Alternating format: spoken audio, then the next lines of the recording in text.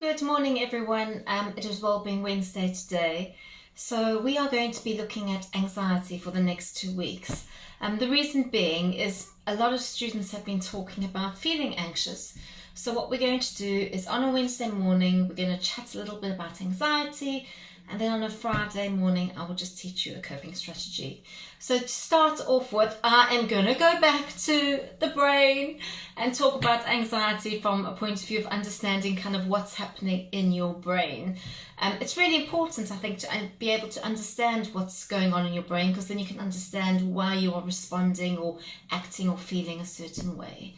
So anxiety is, I'm going to say it again, completely normal. I say it so often because it is completely normal, and I think it's really important that you understand the feelings associated to anxiety can be completely normal.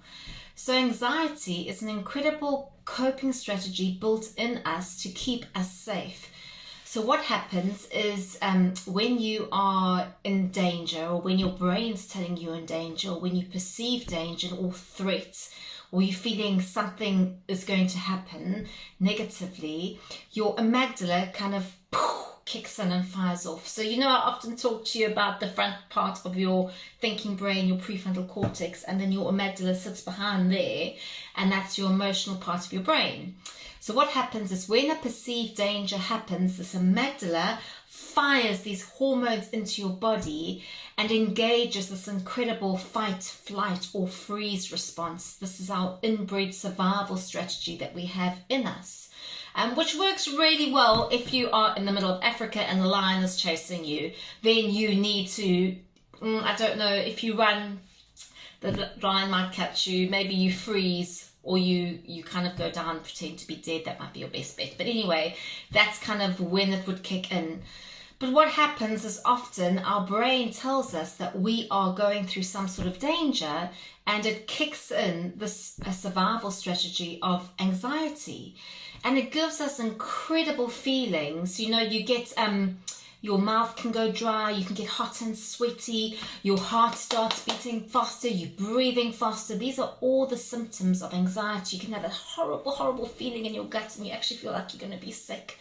And these are all normal feelings because your body's saying, danger, danger, danger, danger, you got to get out of there, got to get out of there. So it's preparing your body to either fight, flight, or freeze. So we all respond quite differently to anxiety. Some people don't really struggle that much. They feel a bit of anxiety, whereas some other people really, really struggle. They can have a perceived threat, a danger that can feel like you are dying. It can actually feel like you can't breathe, like your life is in danger, you are going to die, even if you actually are quite safe. And that's why understanding what's kind of going on in your body with anxiety is really, really important.